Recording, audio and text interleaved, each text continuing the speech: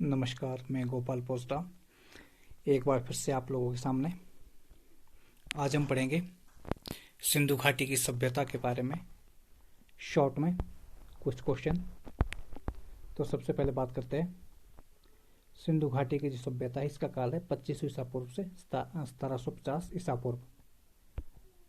इसके जो short question है, एक तो है 25 ईसा पूर्व में सिंधु घाटी सभ्यता सबसे अधिक प्रचलित थी, जो कि पूरब में अफगानिस्तान से लेकर के उत्तर पश्चिम पाकिस्तान, उत्तर भारत में फैली हुई प्राचीन सभ्यता थी। इसका पूर्वी केंद्र आलमगीरपुर, पश्चिमी केंद्र सूतका गंडोर, उत्तरी केंद्र जम्मू के मांडा और दक्षिणी केंद्र दैमाबाद था। यह सभ्यता सिंधु नदी और उसकी सहायक नदियों के क्षेत्र के घाटी में फैली हुई थी, इसलिए विद्वानों ने इस सभ्यता का नाम सिंधु सभ्यता रखा था। हड़प्पा सभ्यता के नाम से भी जाना जाता है। हड़प्पा जो है रावी नदी के किनारे स्थित था। मोहनजोदड़ो, कालीबंगा, लोथल, धोलावीरा, राखीगढ़ी जैसे स्थल इस सभ्यता के प्रमुख केंद्र थे। इस सभ्यता का क्षेत्र जो है अत्यंत विस्तृत था। यह सभ्यता अत्यंत विकसित थी। इस सभ्यता के शहर अनेक बार बसे और उजड़े भी थे। सिंधु सभ्यता को कांस्य युग भी कहा गया है, क्योंकि इस सभ्यता में कांस्य धातु का काफी प्रयोग किया जाता था। 1826 ईस्वी में इसी सभ्यता के सर्वेक्षण के लिए भारतीय पुरातत्व विभाग की स्थापना की गई थी, जिसके निर्देशक थे अलेक्जेंडर कनिंघम। उसके बाद 1902 ईस्वी में जॉन मार्शल को भारतीय पुरातत्व विभाग का महानिदेशक बनाया गया था और उन्होंने सबसे पहले सिंधु सभ्यता शब्द का इस्तेमाल किया था। किसने किया था? सर जॉन मार्शल ने। 1921 ईस्वी में खोजकर्ता दयाराम साहनी के द्वारा हड़प्पा स्थान का उत्खनन किया गया था, जबकि 1922 ईस्वी में मोहनजोदड़ो स्थान का उत्खनन राखलदास बनर्जी के द्वारा किया गया था। मोहनजोदड़ो जो है इंडस नदी के किनारे स्थित था, यानी सिंधु नदी के किनारे स्थित था। सिंधु घाटी सभ्यता में सबसे पहले नगरों का उदय हुआ, इसलिए इस सभ्यता को नगरीय सभ्यता भी कहा जाता है। इसके साथ भिन्नताओं की वजह से भी इस सभ्यता को सिंधु के नाम से भी जाना जाता है, जो आगे चलकर लोगों ने सिंधु के उच्चारण को हिंदू कहने लगे थे और हिंदू शब्द सिंधु से ही बना है। अब बात करते हैं मोहनजोदड़ो शहर के बारे में। सिंधु घाटी सभ्यता में हड़प्पा तथा मोहनजोदड़ो नगरों में दुर्ग हुआ करता था। जो दुर्ग है वहां पर शासक वर्ग का परिवार रहता था। हड़प्पा तथा मोहनजोदड़ो के भवन बड़े बड़े होते थे। बड़े भवन से सामान्य लोगों को यह प्रतीत होता था कि शासक कितने प्रतापशाली या शक्तिशाली है। और नगरों के बाहर निम्न स्तर का शहर होता था, जहां निम्न वर्ग के लोग रहते थे।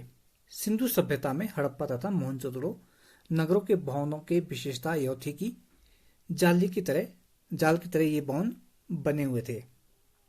और मोहनजोदड़ो के शहर में ईंटों की बनाई हुई दुर्ग की टीले में विशाल प्रसिद्ध सार्वजनिक स्नानागार का सुंदर उदाहरण भी पाया गया है।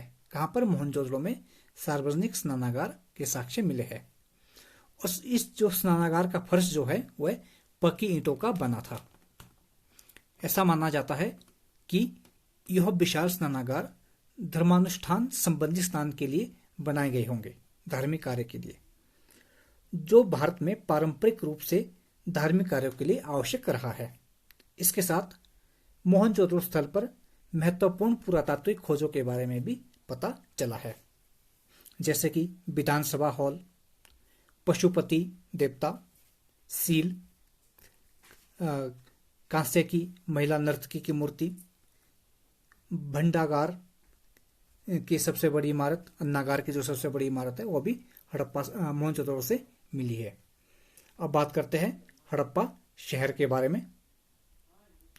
मोहनजोदड़ो की तरह हड़प्पा के दुर्ग में भी 6 भंडागार मिले हैं, यानी अन्नागार मिले हैं जो ईंटों के बने थे। यह भंडागार मोहनजोदड़ो के भंडागार की तरह बड़े थे और यह भंडागार में गेहूं तथा खाद्य पदार्थ रखे जाते थे। हड़प्पा संस्कृति के नगरों में ईंटों का इस्तेमाल एक विशेष बात है। हड़प्पा शहर में लगभग हर छोटे या बड़े मकान के प्रांगण और स्नानागार होते थे और मोहनजोदड़ो की तरह हड़प्पा में भी कुछ महत्वपूर्ण पुरातात्विक खोज के बारे में भी पता चला है, जैसे कि मिट्टी की आकृति के बने देवी माँ के चित्र देवी माँ की मूर्ति, चित्रित मिट्टी के बर्तन, पंक्ति में अन्न भंडार, काम करने का फर्श और पासा इत्यादि हमें हड़प्पा से मिले हैं। इसी तरह कालीबंगा शहर में भी अनेक घरों में हमें कुएं मिले हैं। घरों का पानी बहकर सड़क तक जाने के लिए नालियों की व्यवस्था थी। इसी तरह के कई बातों से पता चलता है कि सिंधु घाटी सभ्यता काफी उन्नत थी। अब बात करते हैं कृषि और पशुपालन के बारे में। सिंधु घाटी सभ्यता के लोग गेहूं, जौ, राई, मटर, ज्वार आदि अनाज पैदा करते थे और प्राकृतिक वनस्पति होने के कारण यहाँ अच्छी वर्षा होती थी, जिसके कारण सिंधु प्रदेश जो है पूर्व में बहुत उपजाऊ था। इस घाटी में प्रतिवर्ष बाढ़ भी आती थी। जब वर्षा ज्यादा होती थी तो बाढ़ भी आती थी। बाढ़ उतर जाने के बाद यह क्षेत्र में फसल की बीज लगाई जाती थी, फसल को बोया जाता था और बाढ़ आने से पहले फसल को काट दिया जाता था। इस घाटी में 2 किस्म की गेहूं को पैदा किया जाता था। 2 प्रकार की किस्म के गेहूं को पैदा किया जाता था। इसके अलावा तिल, सरसों, जौ, गेहूं मूल फसलों का उत्पादन किया जाता था। इस सभ्यता के लोग कपास को विश्व में इस सभ्यता के लोगों ने कपास को विश्व में सर्वप्रथम प्रस्तुत किया था। इस सभ्यता की विशेषता भूमिगत जल निकासी की व्यवस्था थी। सिंधु घाटी में हड़प्पा एक कृषि प्रधान स्थान था। यहाँ के लोग पशुपालन भी करते थे। बैल, गाय, भैंस, बकरी, भेड़, सुअर इत्यादि को पाला जाता था। हड़प्पाई लोगों को हाथी तथा गैंडे का भी ज्ञान था, लेकिन घोड़े और शेर इन 2 जानवरों के बारे में पता नहीं था। इस सभ्यता के लोगों का दूसरा मुख्य व्यवसाय जो है वह पशुपालन था। यह हड़प्पा सभ्यता के प्रमुख चित्र जो है ये स्नानागार का है। ये कांस्य के नर्तकी और ये पशुपतिनाथ की मूर्ति है। अब बात करते हैं आर्थिक जीवन के बारे में। सिंधु सभ्यता के आर्थिक जीवन के बारे में। इस सभ्यता के लोगों को लोहे के बारे में पता नहीं था। यहाँ के नगरों में अनेक प्रकार के व्यवसाय होते थे। मिट्टी के बर्तन बनाने में ये लोग काफी कुशल थे और कपड़ा बनाने का व्यवसाय भी काफी उन्नत था। जोहरी का काम भी उन्नत अवस्था में था।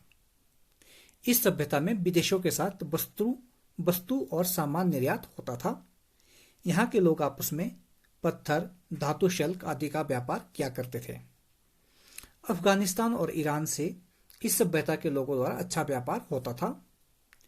सिंधु सभ्यता के बहुत सी हड़प्पाई सील मेसोपोटामिया में मिली है, जिसे पता चलता है कि मेसोपोटामिया से भी हड़प्पा सभ्यता के व्यापारिक संबंध थे।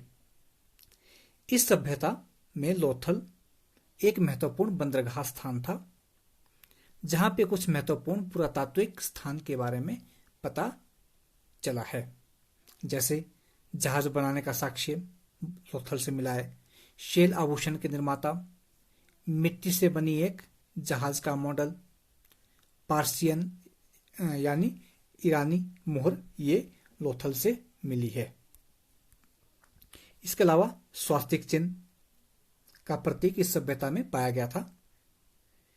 बहुमत के आधार पर विद्वानों का मानना था कि इस सभ्यता के लोग द्रविडियन जाति के थे। द्रविडियन जाति के लोग थे हड़प्पा सभ्यता के लोग। अब बात करते हैं हड़प्पा सभ्यता के धार्मिक जीवन के बारे में। सिंधु सभ्यता में देवी माता की मूर्ति की पूजा की जाती थी। इस सभ्यता के लोग योनि की पूजा भी करते थे। यहाँ के लोग धरती को उर्वरता की देवी समझते थे। सिंधु घाटी सभ्यता के नगरों में 4 मुख वाले एक सील पाई गई है। सील यानी मुहर पाई गई है। इस सभ्यता में जो ये 4 मुख वाले किसी पुरुष की सील यानी मुहर मिली है, विद्वानों का मानना है कि ये भगवान शिव की मुहर का चित्र है। भगवान शिव का चित्र है। कुछ विद्वान मानते हैं कि हिंदू धर्म द्रविड़ों का मूल धर्म था। शिव द्रविड़ों के देवता थे जिन्हें आर्यों ने अपनाया था। इसके साथ इस घाटी में लोथल, कालीबंगा जैसे जगहों पर हवन कुंड भी मिले हैं, जो कि इसी सभ्यता को वैदिक होने का प्रमाण देती है। इस सभ्यता में धोलावीरा के दुर्ग में एक कुआं भी मिला है। इसी कुएं की नीचे की तरफ जाती सीढ़ियों के पास खिड़की की तरह एक जगह पर दीपक जलाने के सबूत मिले हैं। उस कुएं में सरस्वती नदी का पानी आता था। उस कुएं के जरिए सिंधु सभ्यता के लोग सरस्वती की पूजा करते थे। इसके साथ इस घाटी के लोग अपने घरों में, खेतों में या नदी के किनारे भी पूजा किया करते थे। सिंधु घाटी की सभ्यता में विशाल स्नानागार का स्मारक भी पाया गया है, जहां पे नहाकर लोग पवित्र हुआ करते थे। सिंधु सभ्यता के हड़प्पा में पक्की मिट्टी की मूर्तिकाएं भी भारी मात्रा में मिली है। अब बात करते हैं कला के बारे में। हड़प्पा सभ्यता की कला।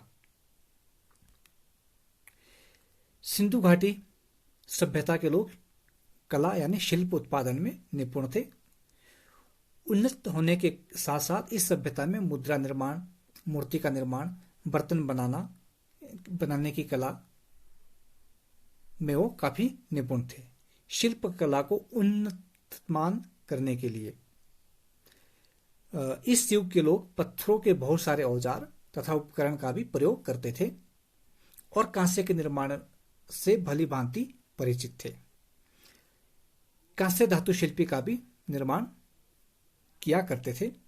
इस सभ्यता के लोग नाव बनाना, सूती कपड़े को बुनना भी जानते थे।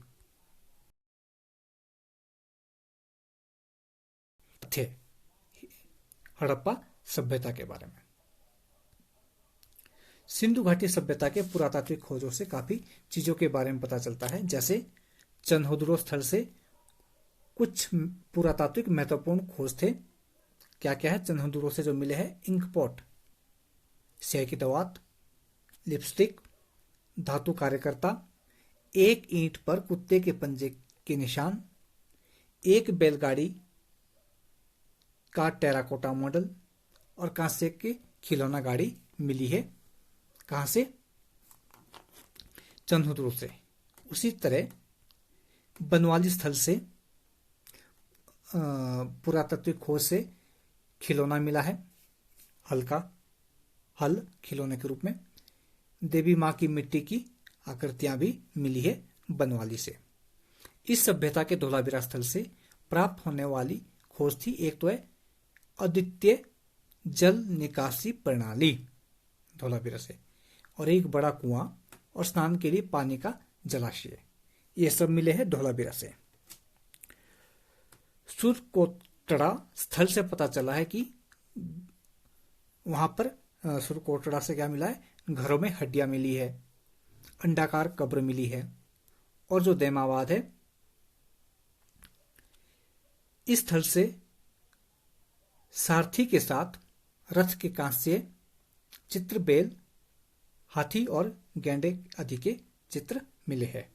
अब बात करते हैं इस सभ्यता के पतन के बारे में। वैसे तो इस सभ्यता के अंत होने के बहुत से कारण रहे होंगे, परंतु जो प्रमुख कारण है, एक तो है बाढ़, भूतात्विक परिवर्तन, जलवायु परिवर्तन, अग्निकांड, पारिस्थितिक असंतुलन और आर्यों के आक्रमण इत्यादि। बहुत विद्वानों ने इस सभ्यता के विनाश के कई कारण बताए जिस पे सहमति नहीं बनी है। यह सभ्यता लगभग 26 ईसा पूर्व से 19 ईसा पूर्व तक रही होंगी। इस सभ्यता में महामारी जैसे बीमारी के भी संकेत मिले हैं। अब बात करते हैं इस सभ्यता के कुछ अन्य तथ्यों के बारे में। सिंधु घाटी सभ्यता प्राचीन मिस्र मेसोपोटामिया सभ्यता की तरह ही प्राचीन थी। इस सभ्यता को सिंधु सरस्वती सभ्यता के नाम से भी जाना जाता है। अभी तक 1400 के आसपास सिंधु घाटी सभ्यता के केंद्रों को खोजा जा चुका है। इस सभ्यता के 80% स्थल सरस्वती नदी और उसकी सहायक नदियों के आसपास स्थित है। अभी तक कुल खोजों में से 3% स्थलों का ही उत्खनन हो पाया है। यह सभ्यता सबसे व्यापक और सबसे चर्चित सभ्यता में से एक सभ्यता थी और ये जो सभ्यता है भारत की सबसे पुरानी सभ्यता थी, जो कि एक शहरी सभ्यता थी। ये था हड़प्पा सभ्यता के बारे में कुछ तथ्य। अगर आपको मेरी वीडियो पसंद आए तो इसे लाइक और शेयर करना मत भूलिएगा। धन्यवाद। जय हिंद, जय हिमाचल।